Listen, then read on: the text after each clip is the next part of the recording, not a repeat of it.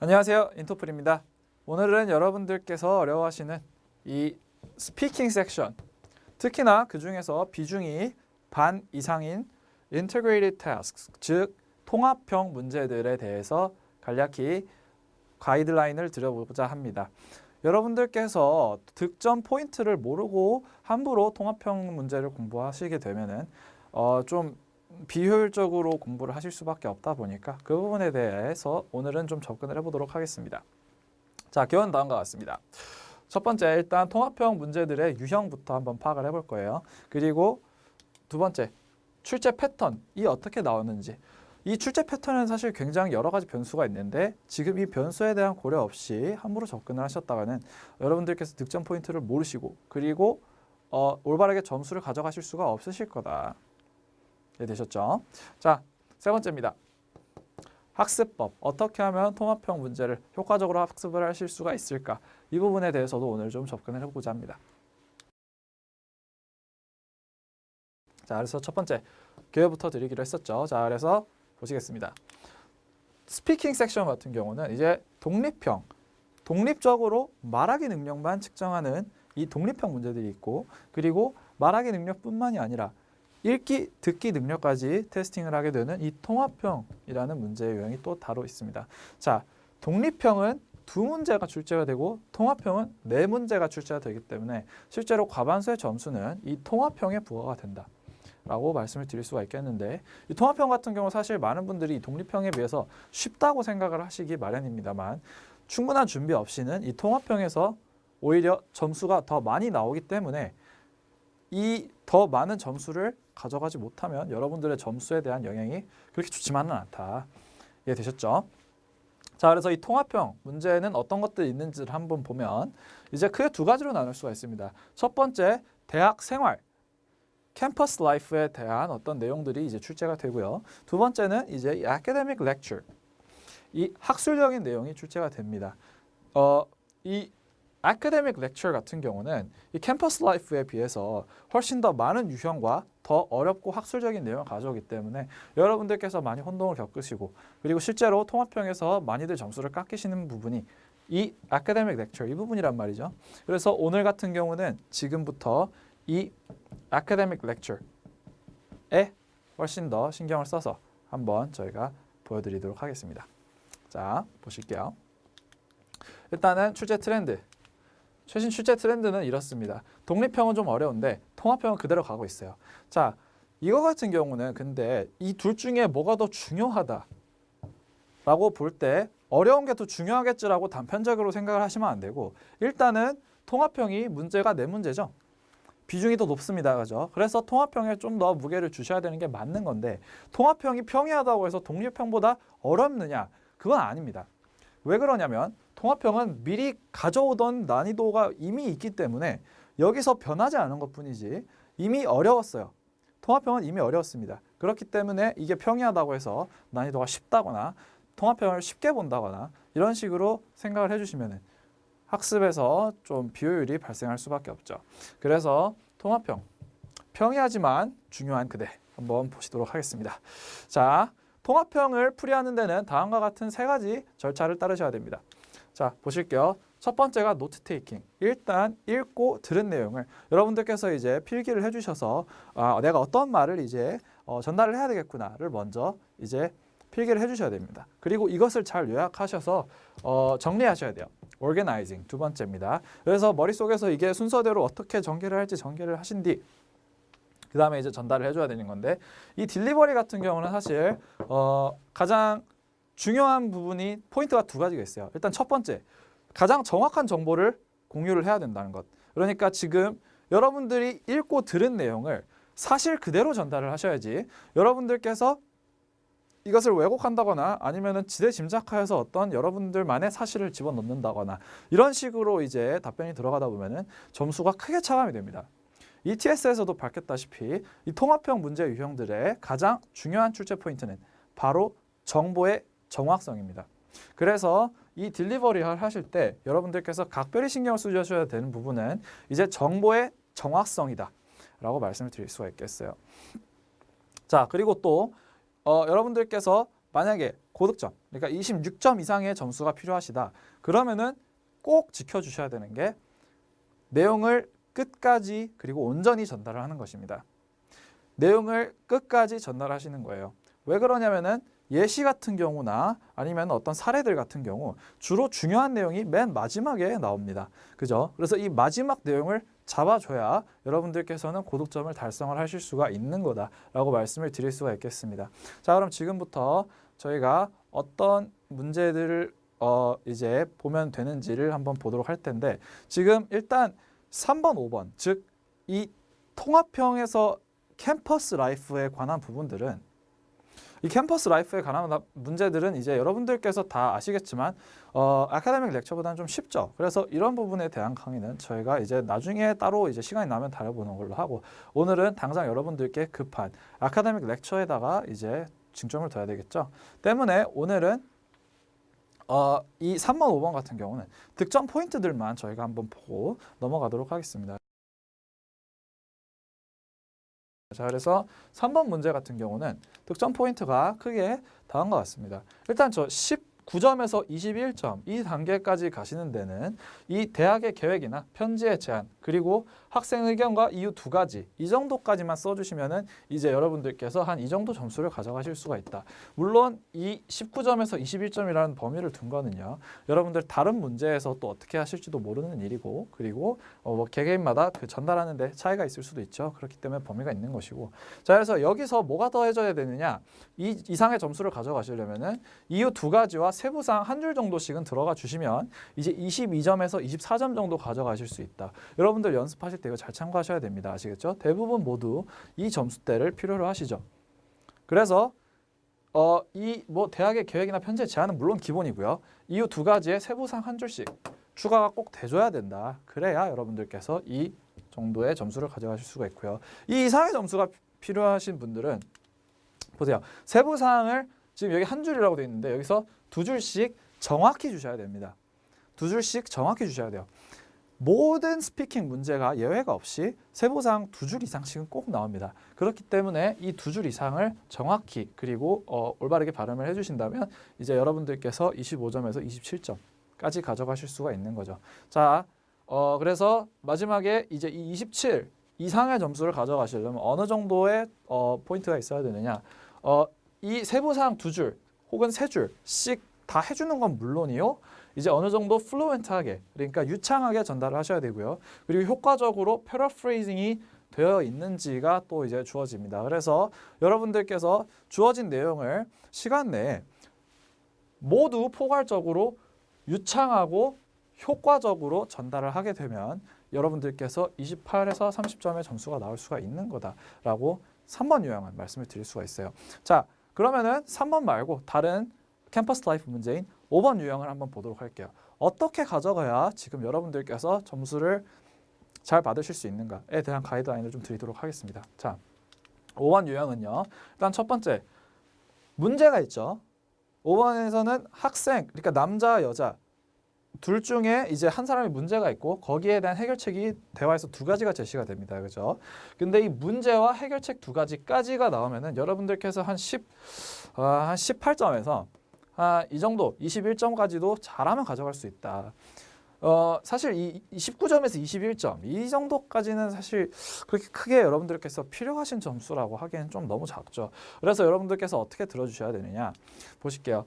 해결책 두 가지와 세부사항 각각 한 줄씩 그리고 의견 정도까지는 주셔야 이게 여러분들의 필요한 점수일 텐데 아마 한 22점에서 24점 정도를 가져가실 수가 있다라고 말씀을 드릴 수 있겠어요.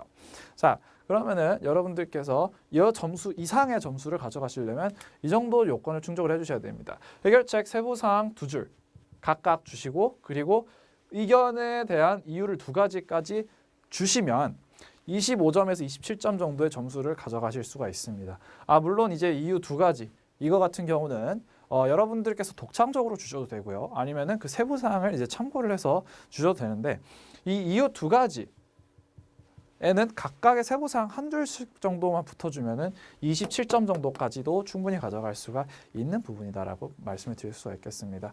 그러면은 이제 마지막 이 28에서 30점까지는 어떤 요건을 충족을 해줘야 되는지를 한번 보도록 하겠습니다. 자, 이 모든 내용과 이유 두 가지에도 세부사항이 한 줄씩 들어가고 그리고 유창함 그리고 이 패러프레이징 그러니까 주어진 시간 내에 더 효율적으로 문장을 전개하는 어떤 그 재구성 능력 이것까지도 보여지는 부분이죠. 그래서 이 모든 요건을 이렇게 다 충족을 하면 이제 28에서 30점까지의 고득점을 가져가실 수가 있다. 말씀을 드릴 수가 있겠어요. 아시겠죠? 학습하실 때 참고 바랍니다. 자, 그래서 지금 3번과 5번에 대해서 뭐 그냥 간략히 한번 봤는데 3번, 5번 말고 이제부터 4번 그리고 6번 여러분들께서 어려워하시는 학술적인 강의에 대한 통합형 문제 같은 경우는 어떤 식으로 출제가 되는지 출제 패턴부터 한번 보시죠.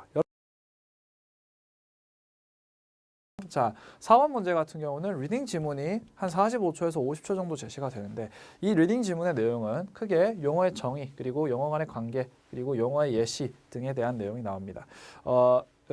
아마도 이제 학술적인 내용이다 보니까 여러분들께서 처음 보는 용어가 나올 수도 있어요. 그러니까 너무 겁먹지 마시고 참 침착하게 여러분들께서 이제 읽어주시면 됩니다.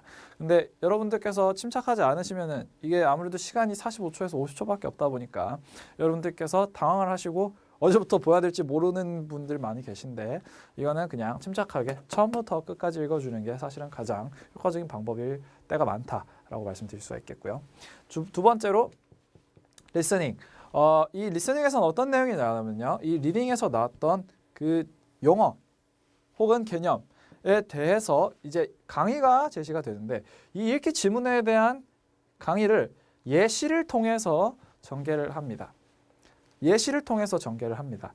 이 예시에서 지금 나오는 이 용어를 묘사를 해주려고 예시를 드는 거죠. 그죠? 그리고 실제로 이 예시를 통해서 어떻게 이 용어를 묘사를 하는지를 여러분들께서 주셔야 되는데 이 예시에서는 그 용어가 제시되는 부분이 사실은 맨 마지막쯤에 있단 말이죠. 그래서 사실 이 4번 문제의 포인트는 맨 마지막 그 용어가 표현되는 그 허니스팟을 딱 터뜨려주는 게 고득점 포인트다라고 할 수가 있겠어요.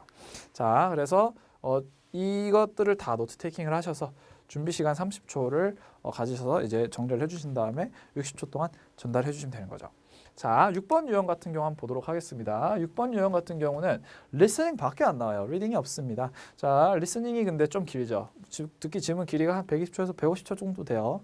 체감은 한 240초 되는데 뭐 아무튼 이거밖에 안 됩니다. 자, 근데 그리고 나서 개념의 제시와 예시를 통한 강의를 이제 전개를 하고요. 이 개념과 예시에 나오는 내용들을 다 이제 노트 테이킹을 해주신 다음에 준비 시간 20초를 가지시고 그 다음에 응답 시간 60초 동안 여러분들께서 전달해 주시면 되는 거죠.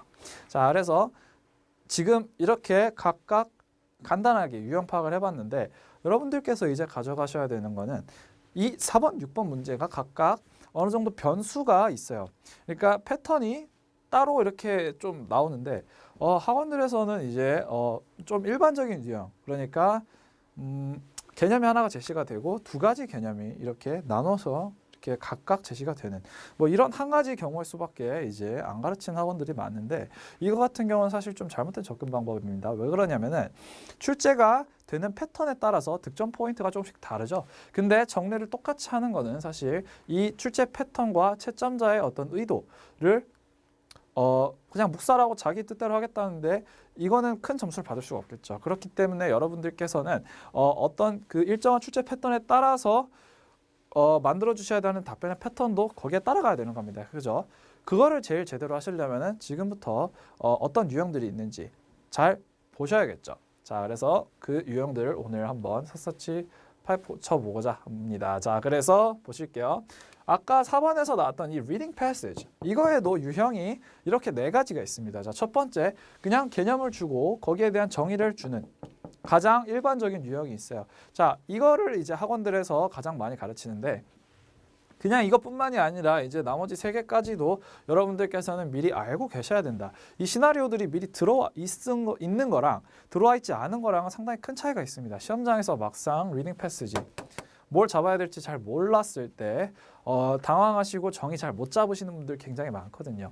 그래서 어떤 경우의 수가 나올 수 있는지 미리 파악을 해놓는 건 중요한데 다음과 같은 4가지 유형이 있다. 자, 개념과 정의 이거 아까 저희 봤었죠. 그리고 뭐가 있느냐?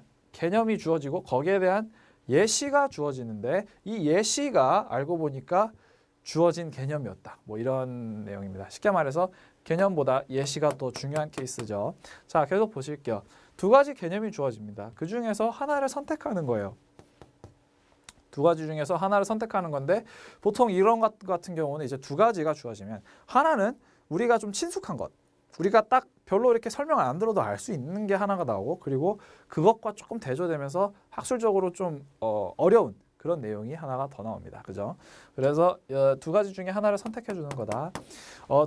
그러니까 마지막으로 이제 2가지 개념이 주어지고 이 2가지 간의 어떤 관계를 묘사를 해주는데 이 2가지 간의 관계는 사실 보통 2가지씩 이렇게 나옵니다. 무슨 말인지는 이따가 자세히 보도록 하겠습니다. 자, 그래서 지금부터 어떤 유형이 있는지 한번 볼게요. 보시면은 지금 보시는 게 이제 주어진 개념에 대한 정의를 주고 그리고 솔직하게 세부사항을 바로 줘버리는 이런 유형이 되겠다라고 말씀을 드릴 수가 있겠습니다. 자, 지금부터 화면 정지하시고 한 1분 정도 시간을 드릴 테니까 지금 이 지문 읽어주세요. 자, 시작. 네, 보시면은 주어진 개념은 어디 있어요? 제목에 있죠. 제목에서 보시면은 뭐라고 나와 있어요? groupthink. 자, 가장 간단한 방법은 사실 이 제목에 있는 단어를 따라가는 겁니다. 자, 그래서 어디 있는지 보니까 여기 있죠. 자, 이게 포함되어 있는 문장을 한번 보면은 뭐라고 나와 있어요? This process is known as a groupthink라고 나와 있는데 이제 이 groupthink가 이 절차가 groupthink라고 알려져 있다라고 하는 거 보니까 정의가 어디 있겠어요? 이 절차가 알려져 있다니까 이 절차가 그 위에 있겠죠. 그죠? 그래서 그 위를 보면은 이제 정의가 나와 있을 거고 이 정의에 대한 이 세부 내용들이 이제 이 밑에 이렇게 쭉 나오는 게 가장 일반적인 어떤 4번 문제 유형에서 나오는 리딩 패시지의 출제 유형이다라고 말씀드릴 수가 있겠습니다. 자, 이거는 여러분들께서 다들 알고 계실 거예요. 그죠? 그런데 이거 다음부터는 어떤 것들이 나올 수 있는지 한번 보도록 할게요.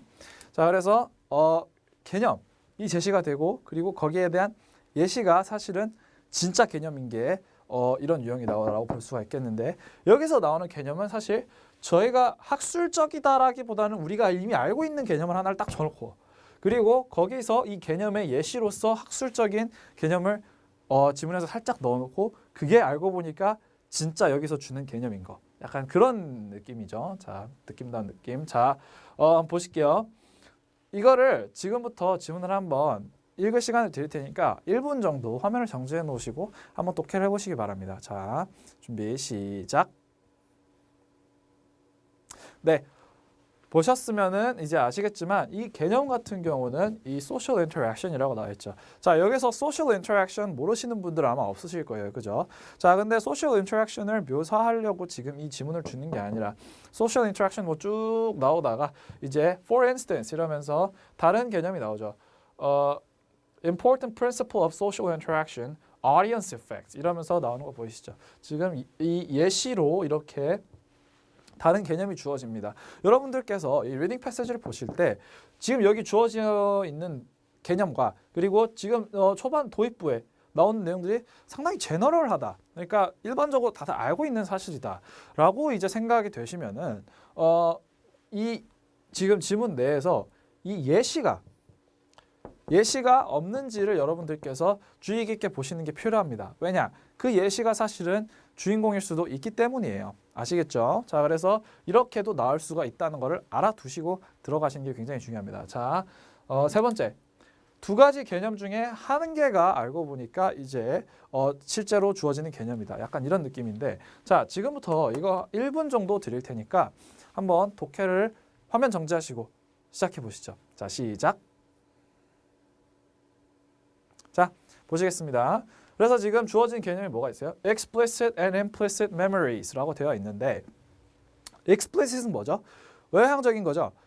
implicit은 뭘까요? 내향적인 거겠죠. 자, 근데 보시면은 이제 explicit은 딱 읽어보시면은 무슨 내용인지 딱 바로 아실 겁니다. 그죠? 우리가 알고 있는 그런 기억이죠. 근데 implicit은 뭐래요? 우리가 무의식 중에 가지고 있는 우리한테 내재된 바로 꺼낼 수는 없지만 우리가 자극됐을 때 튀어나올 수 있는 그런 기억이 이제 implicit memories라고 나와 있고, 사실 explicit은 우리가 많이 알고 있는 개념이죠, 그죠? implicit은 근데 저희가 모르고 있는 학술적으로 강의가 될 만한 그런 내용이다. 그래서 두 가지 중에 이런 식으로 한 가지가 이렇게 출제가 되는 경우도 있다라고 말씀을 드릴 수가 있겠어요. 자, 그리고 마지막으로 두 가지 개념 중에 이제 서로 간의 관계를 나타내는 그런 지문이 있다고 볼 수가 있겠는데, 자, 이거 같은 경우는 이제 이 verbal, non-verbal communication 이 지금 개념으로 주어졌습니다. 그죠? 자, 이 지문에 대해서 지금부터 1분간 화면을 정지해 놓으시고 한번 독해를 해보시기 바랍니다. 자, 시작. 네, 보셨죠? 자, 지금 보시면 이제 verbal communication은 우리가 알고 있는 그 구두로 하는 소통이다라고 말을 할 수가 있겠고, non-verbal 같은 경우는 지금 뭐예요? 우리가 이제 사용하는 어떤 비언어적인 표현들, 그러니까 쉽게 말하면 뭐 핸드 제스처라든지 아니면 표정이라든지 뭐 아니면 목소리 톤이라든지 뭐 이런 것들이겠죠. 자, 그래서 이런 것들 간의 관계가 어떻게 된대요? 뭐 서로가 이제 일치하면은 메시지를 더 증폭시킬 수 있고, 서로가 일치하지 않았을 때는 이제 어떻게 된대요? 메시지가 약화되거나 메시지가 생각했던 것보다 더 너무 솔직하게 나갈 수도 있는 어떤 그런 관계를 가지고 있습니다. 그죠? 그래서 지금 두 가지 개념이 이렇게 제시가 되고, 그리고 각 개념 간의 관계를 이제 이렇게 설명을 해놓은 유형이 또 있다.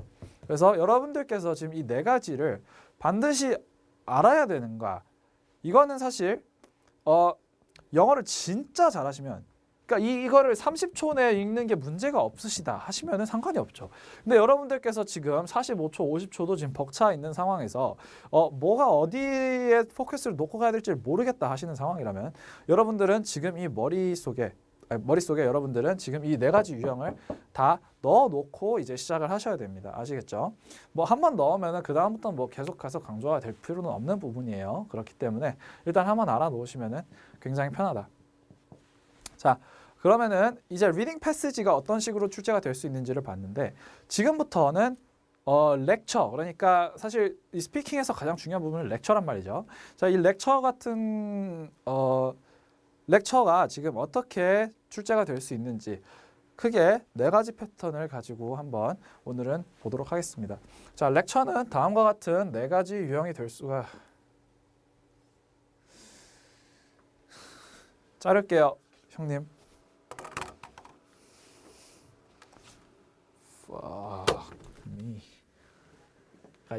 이것도 살릴 수는. 네, 계속 보시도록 하겠습니다. 렉처에는 이제 다음과 같은 네 가지 유형이 있습니다. 첫 번째, 1개념 1예시. 제시가 되는 게 개념이 하나에 예시가 긴 게 하나가 들어가는 거예요. 자, 두 번째, 개념이 하나가 나오고 예시가 다른 두 가지가 나오는 1개념 2예시가 나오고, 세 번째 유형은 개념이 두 가지가 제시가 됩니다. 리딩이나 아니면은 리스닝에서 개념이 큰 게 하나가 제시가 되고, 그리고 거기에 대한 서브 카테고리, 그러니까 즉 부차적인 카테고리가 두 가지가 따로 내오는 게 이 2개념 2예시 유형이다라고 말씀을 드릴 수가 있겠습니다. 마지막으로 이제 실험이나 연구 같은 게 나오는 건데, 이거는 어떤 유형으로 이제 전개가 되는지 이따가 한번 자세히 보도록 하겠습니다. 자, 그래서 지금부터 볼게요. 자, 1개념 1예시는 자, 이런 식으로 제시가 됩니다. 예시가 뭔지가 일단 처음에 나옵니다. 뭐 예를 들어서 본인의 경험이라거나 아니면은 어떤 동물의 예시를 들 수 있다거나 뭐 이런 식으로 하나가 나오고, 그 배경을 먼저 줘요. 이 배경을 세팅을 해주는데, 이 배경이 듣기에는 상당히 분량이 많습니다. 그래서 중요하다고 사람들이 착각을 하는데, 이 배경은 그렇게 중요한 게 아니에요. 배경은 딱 필요한 부분만 말씀을 해주시면 됩니다. 아시겠죠? 그래서 배경을 필요한 부분만 말씀해 주시고, 전개, 무슨 일이 일어나요? 어떤 일이 일어납니다. 자, 그러면은 그 전개 부분에서도 분량이 맞느냐? 전개는 분량이 그렇게 많이 나오지 않는데, 전개 같은 경우는 딱 일어나야 되는 일은 꼭 말씀을 해주셔야 돼요. 그래서 거기에 대한 결과, 이 부분이 어디에 나오느냐? 마지막 부분에 나오는 부분이죠. 이 배경, 전개, 결과에서 가장 중요한 부분은 이 결과다. 왜? 지금 이 예시를 통해서 하고자 하는 바가 뭐죠? 예시를 통해서 하고자 하는 바는 주어진 개념을 묘사를 하는 겁니다. 그죠? 주어진 개념이 묘사가 되는 부분이 사실은 이 결과에 있고, 여러분들은 4번 그리고 6번 문제 유형에서 모두 이 결과를 주는데 신경을 써주셔야 된다. 이해되셨습니까? 자, 그리고 두 번째 유형 한번 보겠습니다.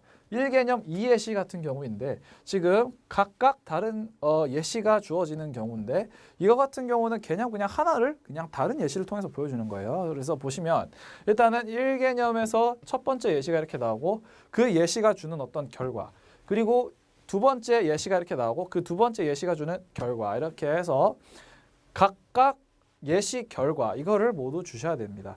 자, 그래서 각 예시의 결과가 사실은 굉장히 중요한 득점 포인트다라고 말씀을 할 수가 있겠어요. 자, 그러면은 다음은 이 개념, 이 예시 이걸 한번 보시겠습니다. 자, 두 가지 개념이 부차적으로 소개가 돼요. 뭐 예를 들어서 external, internal, implicit, explicit 뭐 이런 것들. 그러니까 각각 대조되는 것들이나 혹은 각각 다른 뭐 body features 아니면 뭐 chemicals 뭐 이렇게 다른 요소들이 두 가지씩 주어지는데 다른 개념마다 꼭 정의가 나와요. 그리고 정의가 나오고 보시면 정의가 나오고 거기에 대한 예시가 어떤 게 나오는지가 분명히 주어집니다. 그러면 그 예시가 뭔지 그리고 그 예시가 주는 결과는 무엇인지 이렇게 해주셔야 되는 거예요.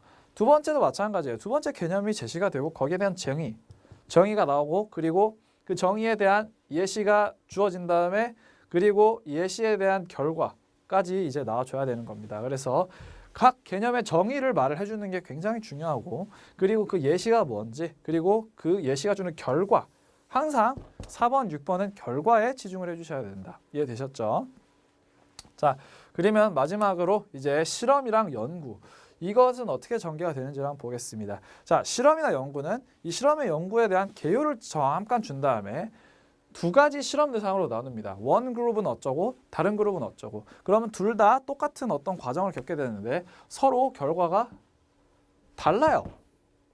다른 결과가 나옵니다. 서로.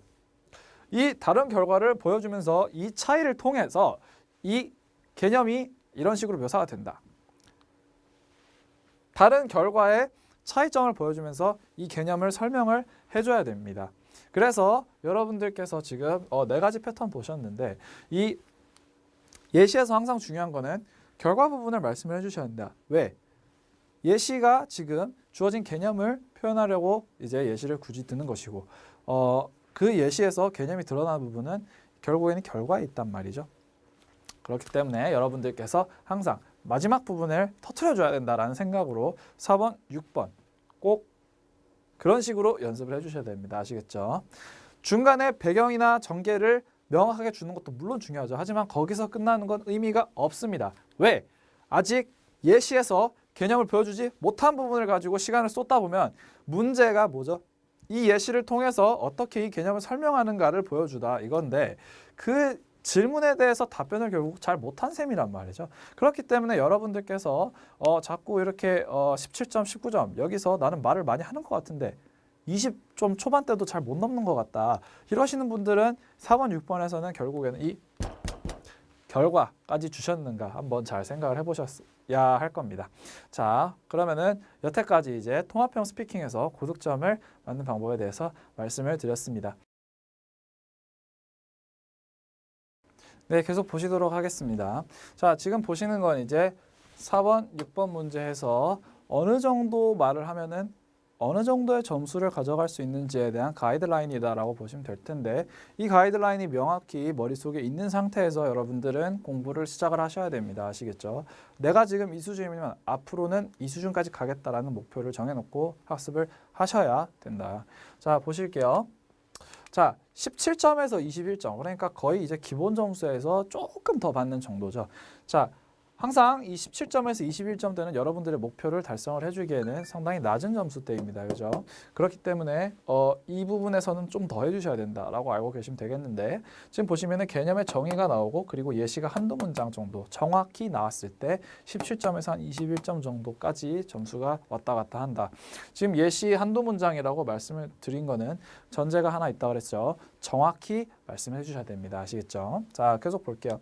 이 이상의 점수인 22점에서 24점 이게 초반에서 중반으로 진입하려고 하는 이 단계 이 정도까지는 맞아주셔야 보통 이제 여러분들 원하는 점수를 달성하실 수가 있는데 어떤 조건을 충족을 시켜줘야 되는지 한번 보도록 하겠습니다. 자, 개념의 정의가 일단 기본적으로 나오고요. 예시도 정확하게 한두 문장 정도 이제 배경 전개 뭐 이렇게 한두 문장씩 나와주고 그 다음에 마무리를 지어주셔야 돼요.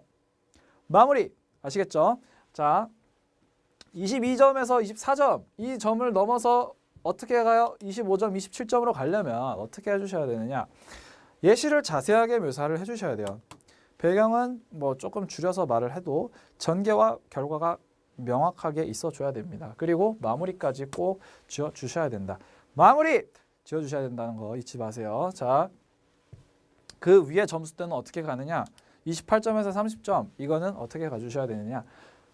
paraphrasing 그러니까 더 긴 내용을 더 효과적으로 추려서 이제 말을 할 수 있을 정도가 돼야 되고요. 그리고 디테일 모든 디테일이 다 들어가 줘야 됩니다. 뭐 사람 이름이라든지 아니면 말하는 커멘트라든지 이런 것들까지 다 넣어주면 사실 30점까지도 가능하고요. 그리고 fluency 유창하게 발음을 해주셔야죠. 이 fluency 같은 부분은 이제 저희가 발음의 정석이라는 강의를 한번 촬영을 해드렸는데 그거를 보고 연습을 많이 하시면은 많이 늘어나실 거예요. 단기간에. 자, 그래서 28에서 30점 정도는 이러한 요건들까지 밑에서 있는 요건들은 물론 기본이고 여기까지 충족을 해주시면은 여러분들께서 28에서 30점 금방 맞으실 수 있다.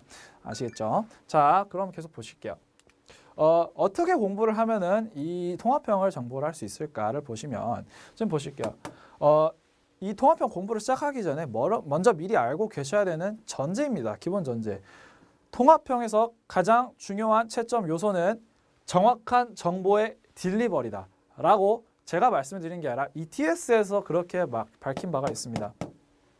굉장히 중요한 부분이에요. 자, 그래서 뭐 가끔씩 그런 거 있죠. 그러니까 은트 이게 뭐죠? not의 어떤 줄임말이잖아요. 이런 것들도 잘 들어주셔야 되고 아니면은 뭐 서로 간의 상관관계라든지 시제 이런 것들도 잘 들어주셔야겠죠. 그래서 주어지는 정보를 정확하게 이해를 하고 그거를 정확하게 전달하는 것 또한 필요하다. 아시겠죠? 자, 일단 어떻게 공부하면 되는지 보겠습니다. 첫 번째, catching details. 이거를 먼저 공부를 하셔야 돼요.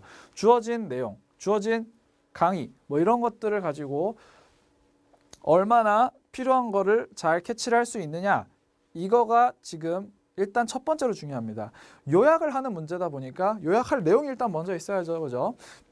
그거를 잘 캐치를 하시려면 여러분들께서는 특정한 양식을 가지고 이제 들었을 때 어떤 표현을 들으면은 내가 필요한 내용을 캐치를 할 수 있는가까지 잘 이제 미리 파악을 해주셔서 이제 이거를 듣고 그리고 읽고 이거를 내가 노트 테이킹을 하는 연습을 많이 해주셔야 되는데 이거는 다수의 예제를 보시면서 점점 더 아까 말씀드렸던 요건에 이제 충족이 점점 더 되도록 더 듣고 읽는 양을 점점 늘려주는 연습을 하시면 되는 거죠.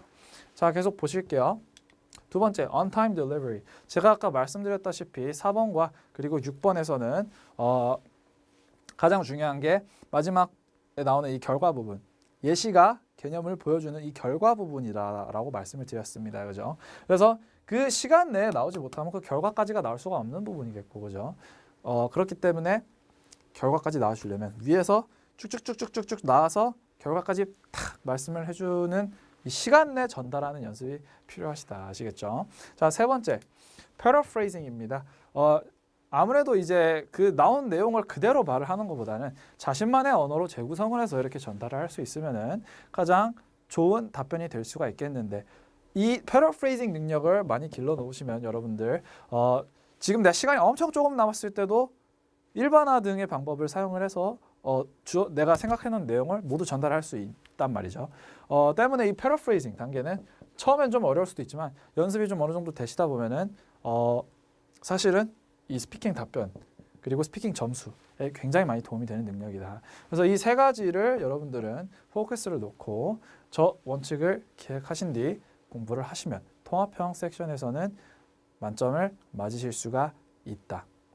이상 인토플의 노아킴이었습니다. 감사합니다.